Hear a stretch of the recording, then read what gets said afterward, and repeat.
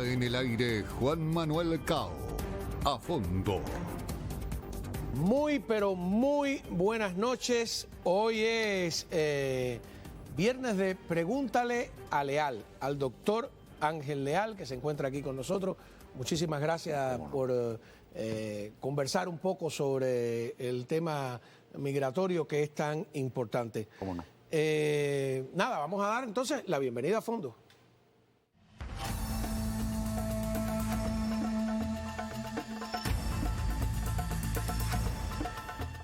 Exactamente, ahí con todo, ¿ves? No, la verdad, preparado con todo. Estoy erizado, la verdad. A ver. Más de lo que merezco, pero muchas gracias por el espacio y por la oportunidad. No, yo creo que hay muchas preguntas, sí. Y la primera es, ¿cuál es la verdad de el plazo que se le ha dado? ¿Es con el TPS, no, a los venezolanos, o es con el parol, con todo? ¿Cómo es la cosa? Con todo. Vamos a empezar con el tema venezolano, porque es el que está... Claro, es la última noticia. Es la última noticia. Básicamente, un juez federal obstaculizó la cancelación del TPS para el grupo de venezolanos que entraron antes del 31 de julio de 2023, pero a la vez también canceló la orden prohibiendo la extensión de 18 meses que abarcaba ambos grupos, el grupo que entró antes del 8 de marzo del 21 y el grupo que entró antes del 31 de julio del 23. Es decir, que el que tiene un TPS que se le vencía el 2 de abril del 25 o el que tiene un TPS que se le vence el 10 de septiembre del 25 tienen la oportunidad de hacer una re-registración producto de la orden de este juez, donde pueden aspirar a una extensión hasta el 2 de octubre del 2026, 18 meses para el segundo grupo, pero... Y importante, los que tienen permiso de trabajo, o sea, del primer grupo, del segundo grupo, se les extienden automáticamente el permiso de trabajo bajo el TPS hasta el 2 de abril del 26. Me quedé botado, como dicen en mi barrio. A ver, porque como aquí hay un problema político de por medio, sí. Yo vi que el gobierno también ha desafiado esa... Sí. No solo esa, sino está desafiando en sí la capacidad de estos jueces de poder detener la, voluntad presidencial. Sí. Entonces, ¿qué va a pasar en realidad? Porque el juez dice esto, el gobierno dice lo otro, y lo que usted me dice es un poquito contradictorio, ¿no? Sí, básicamente el juez determinó por motivos de ilegalidad, motivo racial, anticonstitucionalidad, de que la medida de cancelar el TPS no procedía legalmente, constitucionalmente y bajo la ley de procedimientos administrativos. Esa fue su determinación. También determinó que aparte de que hay una probabilidad de que los demandantes ganen la demanda, los que apoyen el TPS, de que hubieran daños irreparables en el caso de que se le suspendiera el TPS para la fecha pautada, que era el 7 de abril del 25. Habiendo dicho eso, el gobierno ya presentó una moción pidiéndole al juez Chen del Distrito Norte de California de que suspenda su fallo en lo que ellos tengan la oportunidad de apelar al 9º Circuito Federal de Apelaciones. Eso está en el veremos. Y entonces, eventualmente, el 9º Circuito de Apelaciones puede determinar si esta orden del juez Chen es legal o no. Yo creo que eventualmente este caso puede llegar a la Corte Suprema y puede llegar relativamente rápido referente a este fallo que salvó el TPS venezolano por el momento con esa extensión hasta el 2 de octubre del 26. Ok, entonces, ¿qué pueden esperar los venezolanos exactamente? O sea, un venezolano que está en esas circunstancias, ¿qué es lo que puede esperar? Por el momento está habilitada la posibilidad de hacer la registración en la página web de inmigración. Están obedeciendo la orden del juez federal. Pueden entrar a la página web de inmigración, deben de hacer la re-registración, bien sea del primer grupo o del segundo grupo, antes del 10 de septiembre del 2025, y yo recomendaría que lo hagan lo más rápido posible. También recomendarían que hagan la re-registración del TPS con el permiso de trabajo con el TPS, porque muchos venezolanos tienen el permiso de trabajo con asilo pendiente, pero no necesariamente con el TPS. Entonces es importante tener el permiso de trabajo con el TPS también, así que aprovechar la oportunidad que este fallo judicial les ha dado de poder re-registrarse y aprovechar esa extensión hasta que venga una orden judicial que afirme esta decisión o tal vez la reverse, pero por el momento existe la posibilidad. ¿Y qué pasa con los que no son venezolanos y el TPS?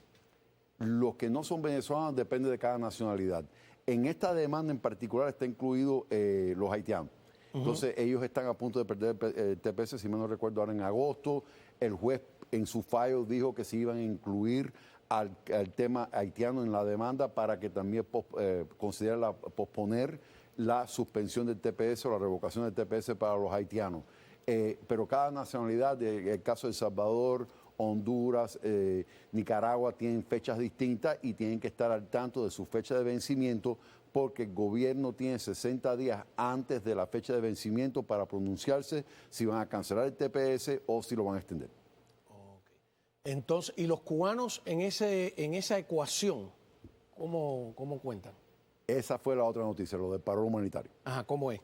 Ahí lo que pasó fue que en la Gaceta Federal se publicó el 25 de marzo la cancelación del programa de parol humanitario Cuba, Haití, Nicaragua y Venezuela. Dijeron que básicamente el parol, independientemente de la fecha que le habían dado originalmente, que era 2 años de la fecha de entrada, vence el 24 de abril del 25. Estas son personas que, si tienen menos de 2 años en el país, son candidatos o candidatas para deportación expedita. Son personas que ellos dijeron que van a priorizar los que no presentaron algún trámite de legalización antes de la publicación del aviso en la Gaceta Federal el 25 de marzo, van a priorizar esas personas para casos de deportación expedita. Entonces, en la comunidad cubana hay mucha angustia con esto, porque hay muchos cubanos que, por ejemplo, después del 25 de marzo, de hecho, después del 24 de abril, que se vence el parol, cumplen el año y el día para presentar ajuste cubano. Entonces, la pregunta es, ¿puedo presentar mi ajuste cubano? La respuesta es sí, pero eso no quita la posibilidad de que le puedan pedir una deportación expedita. Y también es importante, si tienen menos de 1 año en el país, considerar la posibilidad de presentar un asilo si calificas, porque en realidad no es seguro de que le vayan a permitir que usted termine el proceso de la residencia bajo ajuste cubano. Vamos a hacer una cosa, vamos a ir a una pausa y cuando regresemos, tener preguntas concretas, Claro ¿no? sí. Que nos han hecho llegar los televidentes. Estamos hablando con el doctor Ángel Leal, regresamos enseguida y vamos a tener la oportunidad de conversar ampliamente con él. Continuamos hablando con el doctor Ángel Leal y, bueno, es el turno del público. Sí, vamos señor. con las preguntas al doctor Ángel Leal. Adelante. Repito, tenemos tantas acumuladas, así que no llame porque hemos hecho una selección de las que nos han ido llegando. Dice, yo reclamé a mi hermano y a la esposa de él, mi cuñada, le aprobaron la residencia, pero a él, que es el principal, lo mandaron a una entrevista. ¿Eso será bueno o será malo? Es bueno. ¿Por qué? Bueno, porque eso quiere decir que es una reclamación por la vía familiar y de hermano a hermano. Eso está por el 2007. Entonces, si lo citaron a una entrevista, eso quiere decir que esa reclamación está en fecha y que ya tienen la posibilidad de inmigrar. Que no hayan citado a la esposa de él, del hermano, o sea, la cuñada, eso quiere decir que posiblemente no la hayan agregado en el sitio electrónico de solicitudes consulares como parte del caso, pero se puede agregar a la persona, demostrar el lazo familiar entre ellos dos, porque en el caso de hermano a hermano se pueden incluir las esposas y los hijos menores de edad. Entonces es cuestión de entrar a la página del sitio electrónico de solicitudes consulares, que es SIAC, con el número de caso, con el número de factura, y tratar de agregar a la esposa para que pueda participar en el proceso. Qué bien. Vamos con la próxima pregunta. Espero que haya pues servido esta respuesta del doctor Ángel Leal. Próxima. Mi tío está deportado. ¿Puede viajar a Cuba con la residencia vencida para quedarse donde, en Cuba o aquí? En Cuba. Se quiere autodeportar. Mire. El tema es Cuba, si... Primero, que si Cuba permite. Lo acepta. Segundo, en realidad eso se le debe informar a ICE, a Inmigración y Control de Aduanas, antes de salir del país, porque posiblemente él esté bajo una orden de supervisión y no lo quiere dejar así como que si fuera un fugitivo por dejarse de presentar. Tercero, ya cuando se autodeporta no va a haber regreso. Yo le recomendaría que revise el caso antes de tomar esa determinación, y si en realidad eso es lo que él quiere y no hay otra alternativa legal, es posible, pero tiene que ser con aviso previo a ICE y, como dice Juan Manuel, y con la posibilidad de que Cuba lo acepte, porque va y Cuba dice que no lo acepta. Así que, desgraciadamente, Cuba, esa es una de las violaciones de los derechos humanos cubanos, que no necesariamente permite que sus propios ciudadanos salgan o entren a su país. Tienen en el Código Penal un delito, todo el mundo conoce salida ilegal del país, que ya de por sí una violación, pero tienen uno que es entrada ilegal al país. ¿Qué consideran ellos legal? ¿Qué consideran ilegal? Hay que tener muchísimo cuidado con eso, tienen un procedimiento. Yo creo que ahora, si está menos de 2 años, depende de cómo haya salido, depende de muchísimas cosas. Vamos con la próxima pregunta. Hola, llegué por parol humanitario, ya hice mi residencia permanente por ajuste cubano, pero el permiso de trabajo, ¿cómo lo puedo renovar? No encuentro la forma de hacerlo por ajuste cubano. Ok, sí lo puedes hacer. El permiso de trabajo que usted tiene es el C11 por el parol que se lo dieron por 2 años. Ese no lo vas a poder renovar, porque nada más que eran los 2 años de parol, que dicho sea de paso, termina ahora el 24 de abril, o sea, ni siquiera cuenta con los 2 años. Puedes pedir un permiso de trabajo bajo la categoría C9 como residencia pendiente. Lo puedes presentar con el recibo de que ya usted presentó su ajuste cubano. Si usted pagó los $1.440 del ajuste cubano, paga $260 para el permiso de trabajo, mándalo con el recibo de la presentación del ajuste cubano, que es la I-485, y al menos está en proceso ese permiso de trabajo, que le va a llegar un tiempo determinado, o sea, no le va a llegar inmediatamente, pero sí tiene la posibilidad de pedir ese permiso de trabajo. Bien. Entonces, vamos a repasar los temas. El TPS de los venezolanos, que el juez lo determinó, va a funcionar aunque el gobierno rete esa decisión. Sí, ellos lo están retando, están diciendo de que la secretaria no actuó dentro de su potestad. Hay argumentos legales de que fue una medida ilegal por la forma en que se hizo y algunos comentarios que se hicieron referente a esa cancelación. Eso es lo que la Corte tiene que decidir. Pero al final de cuentas, esto va a llegar a una Corte de Apelaciones, probablemente a la Corte Suprema, pero por el momento, a no ser que una Corte Superior falle en contra de este juez y diga que la orden que él emitió no sea legal, hay la posibilidad de hacer la re-registración hasta el 2 de octubre del 26. Próxima pregunta. A ver, adelante. Buenas noches, abogado. Dios lo bendiga. Mi madre me pidió por una I-130, por I-130. Yo entré con parol. ¿Qué debo hacer? Primero, ¿qué es la I-130? Es la reclamación familiar.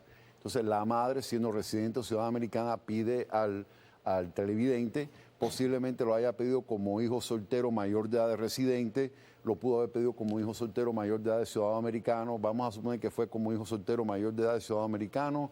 Esa categoría está por, quiero decir, julio del 2016. La de hijo soltero de residente mayor de edad está como por marzo del 2016. Él entró bajo parol.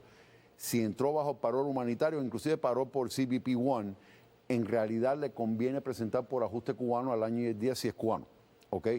Pero dependiendo de la nacionalidad, si no es cubano, entonces esa reclamación va a demorar un tiempo en que se actualice y no sé si el parol le va a alcanzar la actualización de la reclamación, también depende de cuándo la madre lo haya pedido. Pero de cierta manera sí lo ayuda, porque ese aviso en la Gaceta Federal referente al parol humanitario dijo que inclusive personas quienes hayan sido reclamados antes del 25 de marzo del 25 tampoco deben de ser considerados casos prioritarios porque hay al menos un trámite que se haya hecho para que la persona se legalizara. Qué bien. ¿Tenemos oportunidad para otra pregunta antes de irnos al corte? A ver, adelante. ¿Cómo no? Mi madre vino hace 1 año y medio. Vino desde Cuba, entró al país como ciudadana española. ¿Ella califica para hacerse la residencia? Gracias. Sí, bajo la ley de ajuste cubano, lo que me cuestiono es que cómo ella pudo entrar con el ESTA, que es la exención de visa, porque hace un tiempo atrás ya a los cubanos le habían cancelado la posibilidad de entrar con el pasaporte español porque Cuba estaba en la lista de países patrocinadores del terrorismo. Si ella entró antes de esa prohibición, pues entonces no hay ningún problema y se debe de acoger a la ley de ajuste cubano. Eso es un caso delicado porque cuando tú entras con exención de visa, eres sumariamente deportable después de haberte quedado los 90 días. ¿Sí? No es decir que no intente el ajuste cubano, lo que me interesaría saber en qué fecha ella entró en relación a cuando prohibieron la entrada de los cubanos con el pasaporte español, por lo que acabo de decir. Pero el caso es que está aquí, entró, es cubana, fue admitida, es elegible bajo la ley de ajuste cubano, pero sí me gustaría ver, porque pudieran inclusive alegar de que entró indebidamente al país si ella entró después de la prohibición que entraran los cubanos bajo el ESTA. ¿Cómo no? Bueno, vamos a continuar hablando con el doctor Ángel Leal. Regresamos enseguida. Volvemos ya. Continuamos hablando o consultando al doctor Ángel Leal, doctor en leyes. La gente se olvida que a los abogados son doctores en leyes, ¿no? Porque aquí siempre se dice, oiga, abogado, a mí me gusta, es más elegante. No, y le agradezco, sí, es un Juris Doctor. Claro, un doctorado en jurisprudencia. ¿Cómo no?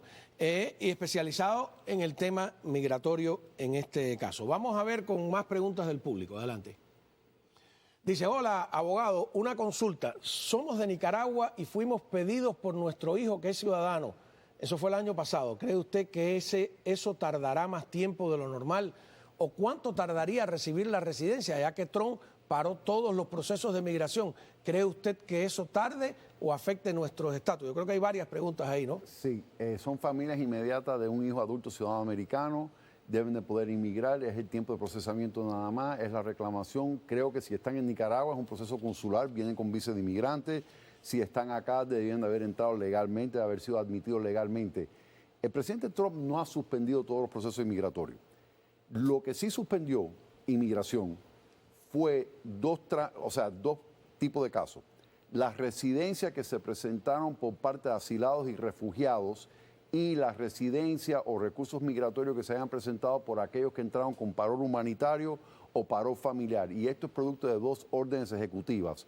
Una teniendo que ver con revisar y examinar toda aquella persona quien pretende entrar, ha entrado, quiere entrar a los Estados Unidos de América para asegurarse de que no hayan cometido un fraude migratorio, que no constituya una amenaza a la seguridad nacional o a la seguridad pública. La segunda orden ejecutiva tenía que ver con el Departamento de Estado identificar organizaciones terroristas extranjeras como los carteles mexicanos, MS-13, Tren de Aragua. Entonces, producto de estas dos órdenes ejecutivas, esos casos de residencia en particular están suspendiendo la adjudicación de los casos en lo que investigan a ver si hay un tema de fraude o de seguridad pública o nacional. Ese no es el caso de la televidente, por lo tanto usted debe de poder inmigrar o ajustar perfectamente bien porque no está en el grupo de casos que están suspendiendo temporalmente en lo que investigan esos temas. Qué bien. Entonces, ¿qué podemos esperar a partir de eso? Bueno, hay una demanda ya retando la suspensión de los casos de los que entraron con parol humanitario, argumentando de que es una medida ilegal, que excede su autoridad legal, constitucionalmente también, de que viola la cláusula de igualdad de protección de leyes. Así que, producto de ese litigio, es que vivo en memorándum de que están suspendiendo la adjudicación de esos casos. Poco tiempo después anunciaron la misma medida con los que entraron como refugiados o están tratando de hacerse residentes como asilados. Así que está sujeto al litigio, no es la cancelación del proceso, no es prohibir presentar el caso, es simplemente investigar y suspender la adjudicación del caso temporalmente. Ahora, vamos a... El enfoque político es inevitable porque la administración está cuestionando y vuelvo a la misma pregunta, que jueces de distrito puedan frenar las políticas presidenciales y lo que dicen es que eso va a ser de alguna manera llevado a cortes más amplias hasta llegar incluso a la Corte Suprema. Correcto. La pregunta es cuánto puede demorar ese proceso y la administración se está quejando de que la idea es pues mantener al gobierno contra la pared durante un largo periodo. Entonces hay dos opciones. Una, que el gobierno venza. Otra es que venzan los jueces de distrito. ¿Qué tiempo puede transcurrir? La Corte Suprema puede escuchar algunos de estos casos de forma rápida, sobre todo el caso que tiene que ver con la ley de enemigos extranjeros, que son los del Tren de Aragua y las deportaciones a El Salvador. Así que yo creo que ese es un caso que puede llegar relativamente rápido a la Corte Suprema. Primero. Segundo, hay un proyecto de ley en la Cámara que tiene que ver con estos jueces del Distrito Federal que están emitiendo órdenes judiciales preliminarias a nivel nacional. Entonces están pidiendo en este proyecto de ley de que se limiten nada más a los comparecientes y al distrito donde los jueces se encuentran. Así que ese es un proyecto de ley que tiene muy buenas perspectivas. Es posible que apruebe la Cámara de Representantes, vaya al Senado. Obviamente el presidente lo firmaría porque sí están quejándose de que aquí hay como un conflicto constitucional, porque por un lado hay la independencia del sistema judicial a través de la Corte Suprema, pero también hay la rama ejecutiva que está a cargo de implementar las leyes y están argumentando que los jueces federales, algunos jueces federales, no les están permitiendo implementar las leyes de acuerdo a su criterio de cómo implementarlo. Así que este es un conflicto constitucional, va a haber una ley referente a esto que también tiene que ser revisada por la Corte Suprema. Ahora, lo que pasa es que si eso funciona en el tema migratorio, podría funcionar en todo lo demás. Paralizar, que es... Algunos creen que es una estrategia, incluso paralizar todas las decisiones del gobierno, no solo las migratorias. ¿Hay precedentes, digamos, que puedan a uno guiarlo en este tipo de batallas entre el Ejecutivo y el Judicial? ¿Quién ganaría? Siempre ha existido. Creo que se ha exagerado con el tema migratorio porque en ausencia de un proyecto de ley bipartidista lidiando con el tema migratorio, desde hace al menos 4 administraciones, desde la administración de Obama, todo lo que ha pasado en inmigración ha sido por orden ejecutiva. Y todas esas órdenes ejecutivas, desde Obama a Trump, a Biden, a Trump de nuevo, han sido retadas, la gran mayoría, a nivel de Corte Federal. Y entonces, lo que ha hecho inmigración es hacer relucir este conflicto entre el deseo ejecutivo de implementar ciertas medidas en inmigración y la independencia de las Cortes de interpretar estas medidas y interpretar si son legales de acuerdo a las leyes ya aprobadas por el Congreso y la Constitución. ¿Cómo no? Tenemos más preguntas del público que pudiéramos... a ver, adelante. Esta está larga, ¿no? Si usted le lee usted mismo, doctor. Sí, cómo no. ¿Cómo no? Hola, abogado Leal, muchas gracias. Mi residencia fue negada por ajuste, por matrimonio, porque ya no vivimos juntos. Tengo desde el 2016 un asilo pendiente, entré legal, pero el permiso de trabajo C8, que es por asilo pendiente, se me venció diciembre del 2024. No lo renové porque me llegó el permiso de trabajo C9, que es residencia pendiente. Ahora bien, negándome la residencia por ajuste, por estar casada con un cubano, Migración me envía una carta de negación a la residencia. Asimismo dice que tengo 33 días para irme porque quedé así. Sí, es una invitación, pero no necesariamente estás deportada, porque me quedé sin estatus. Porque Migración dice eso. ¿Por qué Inmigración dice eso si cuando envié mi ajuste le envié copia de todos mis permisos de trabajo que tengo desde el 2016? Pues hay muchas. Está largo eso, ¿no? Sí, pero a ver, en pocas... Sí, lo tengo. ¿Lo entendió? Sí. A ver. En pocas palabras. Ok, usted sigue con su asilo pendiente. Sí. Le negaron la residencia. Puedes pedir una reconsideración de la negación a la residencia, es un formulario I-290B, se tiene que presentar no más tarde de 90 días de la negación a la residencia, es una moción de reapertura o reconsideración. Ojo con eso, Este es un caso delicado. Pudieran haberla acusado de un fraude matrimonial, que el matrimonio se contrajo con la intención de obtener un beneficio inmigratorio. Si la llegan a acusar de un fraude matrimonial, es un fraude inmigratorio y aparte es una prohibición por vida que cualquier otra persona la pueda pedir. Esto fue un ajuste cubano. Entonces, independientemente de que le hayan negado la residencia, es importante defender el matrimonio.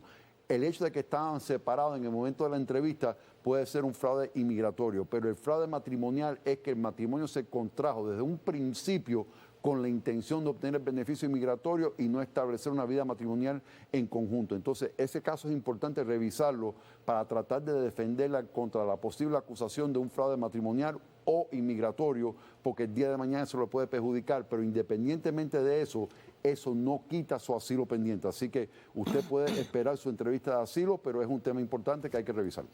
Muy bien, vamos para la próxima pregunta. Adelante. Tengo residencia hace 2 años. Tengo previsto un crucero. Eso es en junio. ¿Habrá algún problema para después entrar? Entré hace 3 años como ciudadana española. No dice de dónde es, debe ser cubana, ¿no? Es un cubano que entró con el ESTA como ciudadana española antes de la prohibición de los viajes, tiene la residencia, quiere viajar. Eso tiene que ver con la noticia que se filtró de posibles restricciones de viaje para aquellos países que se consideran que no tienen los sistemas en su país, los sistemas informáticos para determinar personas quien puedan constituir una amenaza a la seguridad nacional o la seguridad pública. Se publicó que hay una lista roja, una lista anaranjada, una lista amarilla de países que pudieran enfrentar algún tipo de restricción de viaje. En esa lista roja estaba Cuba y Venezuela, por eso viene la pregunta. Esa noticia se filtró por un periódico americano. Después se dio una fecha tope del 21 de marzo para que el Departamento de Estado le rindiera un informe al presidente de aquellos países que no tienen las medidas necesarias para revisar y examinar los solicitantes de visa que vienen de esos países, pero no se ha anunciado ninguna restricción de viaje. Así que por el momento no creo que sea algo inminente. Generalmente este tipo de medidas no aplica a residentes. Nosotros le estamos recomendando a nuestros clientes por el momento, si están en la lista de esos países que se reportaron, que son 43 países, que no viajen hasta que veamos la posible restricción de viaje, que no es inminente, pero puede ocurrir en algún momento. Próxima pregunta, adelante. A ver. Hola, me gustaría preguntar si una I-220A casado con una ciudadana americana y con una petición de matrimonio vigente puede autodeportarse y esperar la cita para la entrevista en Cuba, ¿dónde tener que dirigirnos y qué proceso debemos hacer? Gracias. Sí, eso es un error, no hagas eso. Siga con la petición de matrimonio, que su esposa lo pida. Es posible que usted tenga un proceso de corte de inmigración. Lo menos que usted quiera hacer es autodeportarse porque le van a firmar la carta de deportación con un castigo de 10 años para volver a entrar. Aparte, usted posiblemente tiene un castigo de la permanencia ilegal. Posiblemente usted eres candidato para algo que sea una exención provisional de la permanencia ilegal. Si usted tiene permanencia ilegal en el país, es perdonable y tal vez con un perdón por adelantado pudiera acudir a esa entrevista consular, pero no se autodeporte porque posiblemente va a efectuar una autodeportación formalmente con la Corte de Inmigración. Hay otra forma de manejar eso, donde se puede cancelar su proceso de corte o pedir una salida voluntaria y tal vez ni siquiera eso sea en su mejor interés, pero no actúa así por su propia cuenta. Próxima pregunta, a ver. Necesito ayuda urgente. Mi esposo tiene a su papá en Cuba de 80 años, enfermo, y está desesperado, por lo cual ha tomado la decisión de autodeportarse. Necesito saber, es más o menos parecido, ¿no? Si podemos pedir algún permiso o algún perdón para que él pueda esperar el proceso en Cuba hasta el día de su entrevista. Yo creo que es casi lo mismo, ¿no? Es lo mismo, pero ya ese señor ya se fue, la esposa lo va a tener que pedir, esperar que esa reclamación se actualice, entre en fecha. Es posible que tenga que pedir un perdón por permanencia ilegal si tuvo permanencia ilegal en el país. Es posible que tenga que pedir un permiso de entrada después de la deportación si ya está en proceso de corte y se autodeportó. Es un castigo de 10 años para volver a entrar al país. Entonces, depende de las circunstancias. En teoría procede y pudiera volver, pero va a demorar un tiempo y posiblemente tenga que pedir un perdón y un permiso. ¿Cómo no? Vamos a una pausa. Continuaremos enseguida con Pregúntale al doctor Leal. Seguimos con este viernes de Pregúntale al doctor Ángel Leal.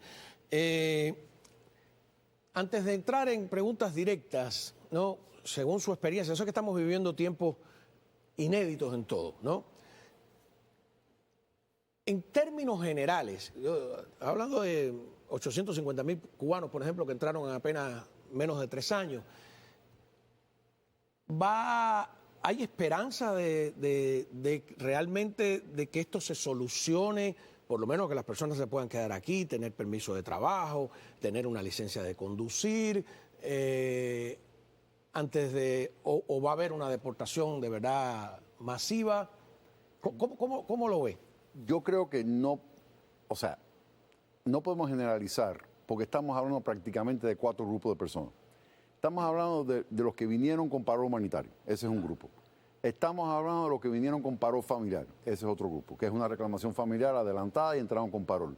Estamos hablando de los que vinieron con el CBP-1, que fueron a la frontera y quisieron pedir asilo. Y el cuarto grupo es la I-220A.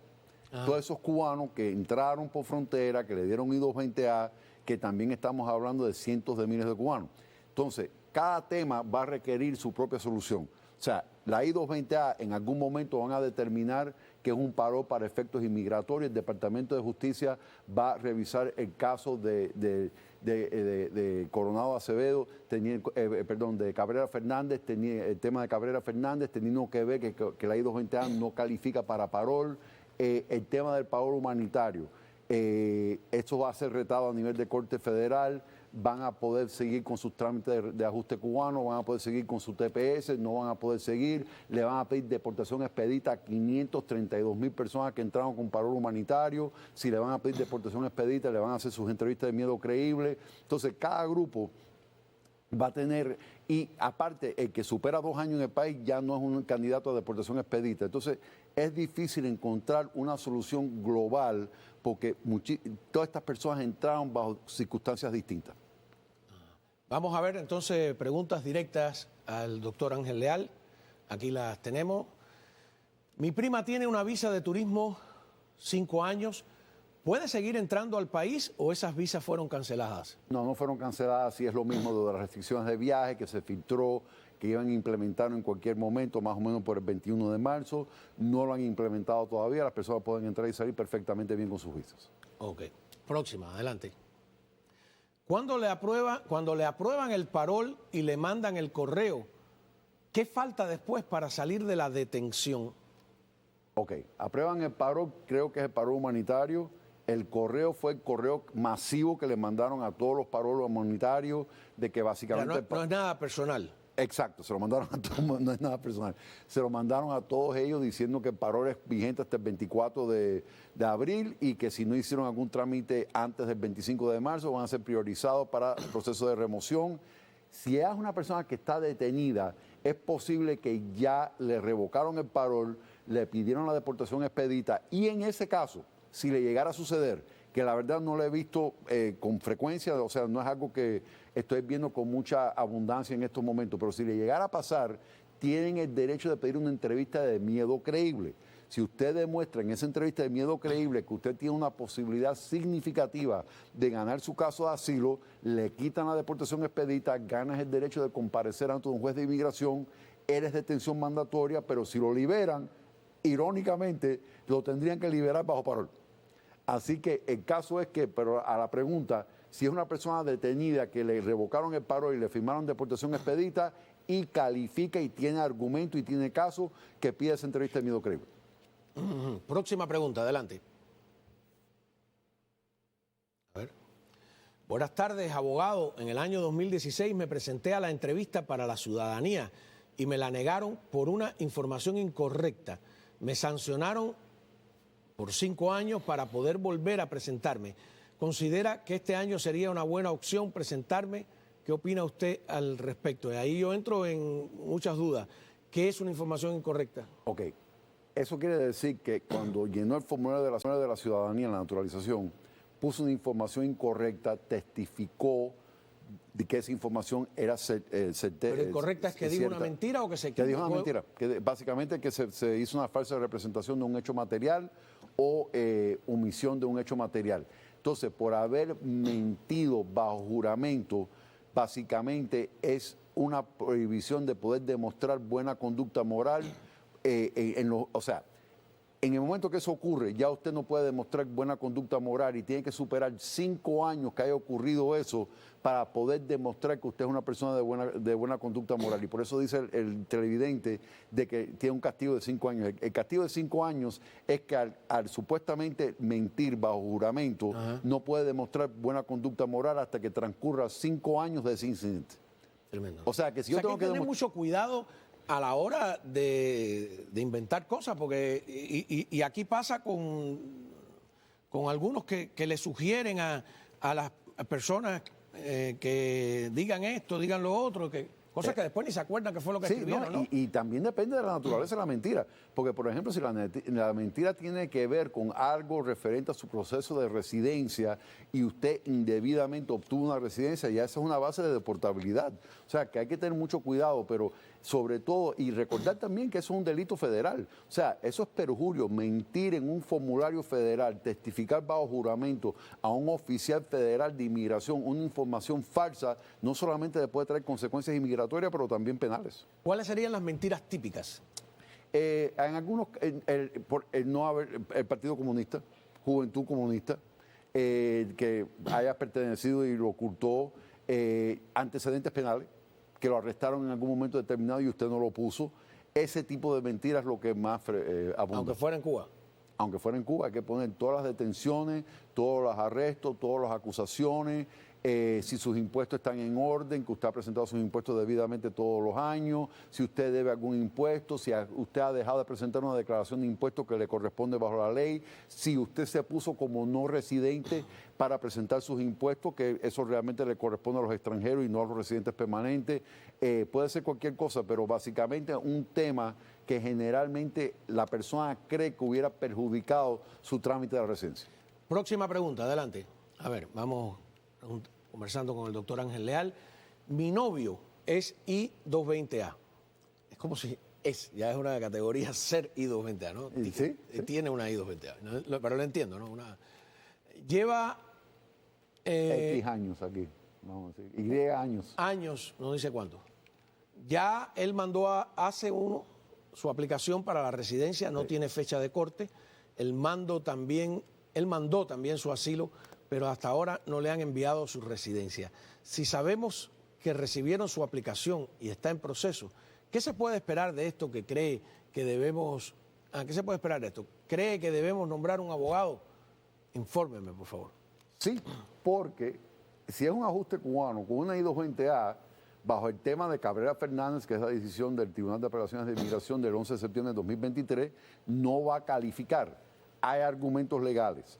Entre otras cosas, si por ejemplo a él le hicieron una entrevista de miedo creíble, aprobó, lo liberaron con una I220A, hay un caso que se llama el tema de MS, que podemos argumentar que para efectos legales eso es un parol. Hubo una demanda colectiva que se llama Ravelo versus Mallorcas, que lo estamos argumentando en algunos casos, si entró entre enero del 17 hasta el 17 de noviembre del 21 y fue un extranjero solicitando entrada en un puerto de entrada. Es un poco complicado. Muchas veces lo que hacemos con estos casos de la I220A son, primero, pedimos el informe de cómo lo procesaron en el momento que la persona entró por la frontera. Es importante para ver esa información, si solicitó una entrevista de miedo creíble, si manifestó temor de ser devuelto al país de origen. Es lo primero. Segundo, dependiendo de las circunstancias de la persona, muchas veces, y todavía sucede, y eso muchas personas no lo saben, todavía pueden considerar una solicitud de parol con ICE. Eso no es indicado en todos los casos. La objeción del gobierno actual no es el parol, es el parol categórico que se le da a un grupo de personas. Pero todavía existe la posibilidad de caso en caso, dependiendo de las circunstancias, de afirmativamente pedir ese parol a ICE y tal vez con ese parol ya es ajustable. Pero contar que le vayan a aprobar una residencia de ajuste cubano con una I220A sin argumento legal o sin un parol, está difícil, el asilo sigue pendiente. ¿Cuál es ese precedente del 2023 al que usted hace referencia? El tema de Cabrera Fernández. ¿Qué es Cabrera Fernández? Esa es una decisión del Tribunal de Apelaciones de Inmigración que tuvo que ver con la I220A, porque había mucho litigio a nivel de Corte de Inmigración. Algunos jueces de inmigración consideraban que era para efectos inmigratorios un parol, otros decían que no. Entonces, eventualmente llega ese caso al Tribunal de Apelaciones de Inmigración en Falls Church, Virginia, y ellos deciden que para efectos inmigratorios la I220A es técnico, pero para efectos inmigratorios no califica como parol. Que esa no es una persona que era una detención mandatoria, que por lo tanto ese era un parol condicional para comparecer en la corte, que no era un parol humanitario por interés público y por lo tanto no califica para ajuste cubano. Todos los jueces de inmigración están obedeciendo a Cabrera Fernández. Cuando nosotros objetamos, cuando nosotros decimos que nuestro cliente sí entró bajo parol, los jueces se molestan porque ellos tienen que obedecer Cabrera Fernández. Pero al final de cuentas, ese tema de la I220A y si constituye o no un parol, ahora está a nivel de Corte Federal. Algunos jueces de inmigración están concediendo prórrogas para ver qué decide una Corte Federal referente a ese asunto. También espero de que la nueva fiscal general, Pam Bondi, pueda revisar ese caso, porque esa es una decisión del Departamento de Justicia, porque quien rige el sistema de Corte de Inmigración es el Departamento de Justicia. Entonces, ella puede revisar ese caso y determinar si fue decidido correctamente en su momento, el 11 de septiembre del 2023. Pero todo este lío de la I220A viene de ese caso que se llama el tema de Cabrera Fernández. ¿Y Cabrera Fernández, sabemos quién es? ¿O es? Es un compareciente en la Corte de Inmigración. Ajá. Entonces, vamos con la próxima pregunta. Adelante. Hola, soy cubana y mi residencia es CU6. ¿Qué es eso? CU6, ajuste cubano. Ah, Es el código CU6. CU6. Ese es el código que le ponen en la tarjeta de residencia. Cada tarjeta de residencia tiene un código que indica de qué manera la persona se hizo residente.